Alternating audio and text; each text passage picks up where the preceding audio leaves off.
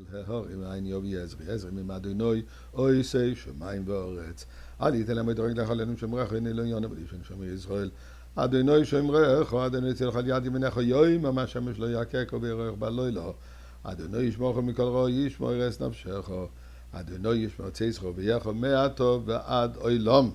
Please join me in throwing a coin into the pushka for the safety and well-being of all of Klal Yisrael, and obviously Gedoyle Tzedakah Shemekareves Es HaGeula.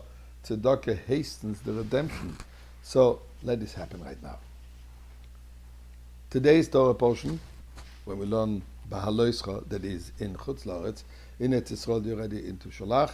We're still busy lighting the kindling, lifting up as we've been speaking, the lights of the menorah, our own lights. In today's parsha portion, Shlishi, the Torah tells us about how God says the second year, B'Shana Shenis L'Tzeitza Meretz Mitzrayim, B'Chodesh Rishon Lemor, in the first month of the second year after coming out of Egypt, tells us the Torah they should do the Korban Pesach, Pascal Lambs, and then the Torah continues with the story how those who came to request the Eibishter give us a second chance, as we have discussed extensively at Pesach Sheni. Now, what's mind-boggling, and as Rashi alludes to it, that throughout the 40 years in the Midbar,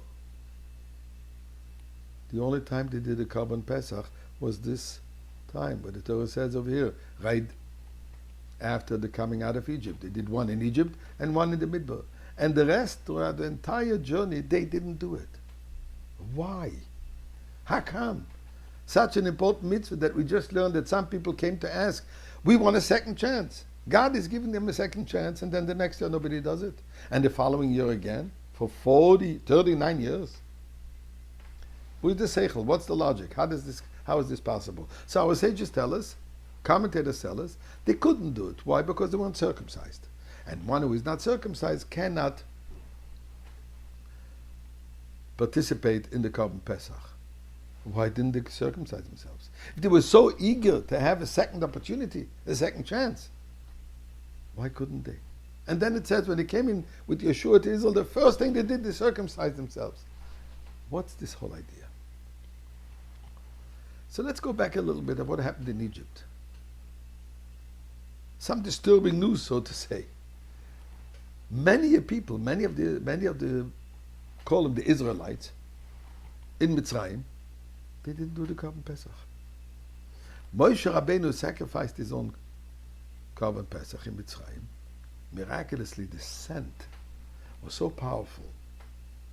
And we're not talking only about the physical smell, but the spiritual scent of his Korban Pesach affected all the people. They came running. We would like to participate. Moshe Rabbeinu said, sorry. No strangers. And you're still involved with strangers. You're still assimilated. You can't. Oh. They rejected. The heathens, they rejected, they disassociated with the Egyptians. And now they came, Moshe, can we participate now? And Moshe Rabbeinu says, there is another problem. You didn't circumcise yourself. And they went immediately to circumcise themselves. So here is a question.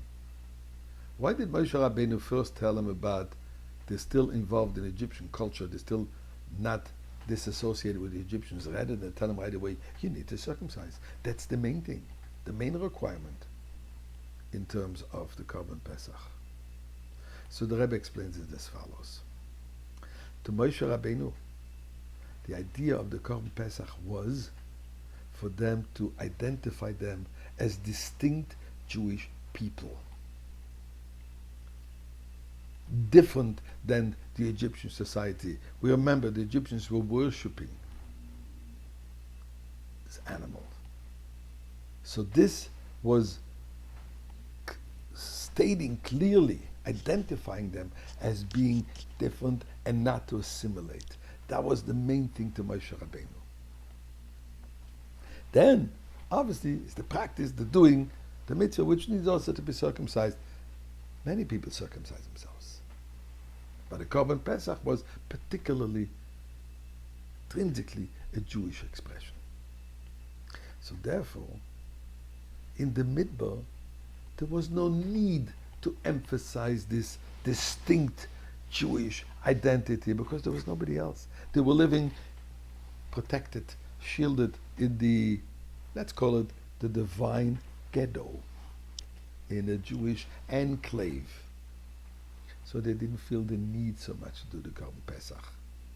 Specifically since circumcision in the desert was fraught with danger, so they felt they don't have to wait. They don't have to do it right now. They came into Israel. Now they're once again surrounded by all the nations. They needed this distinct Korban Pesach to tell us we're involved in a huge world. We have to remember who we are. Korban Pesach is all about freedom. Korban Pesach is all about redemption. Korban Pesach is all about self-sacrifice. And this way, we will reach the Geulah.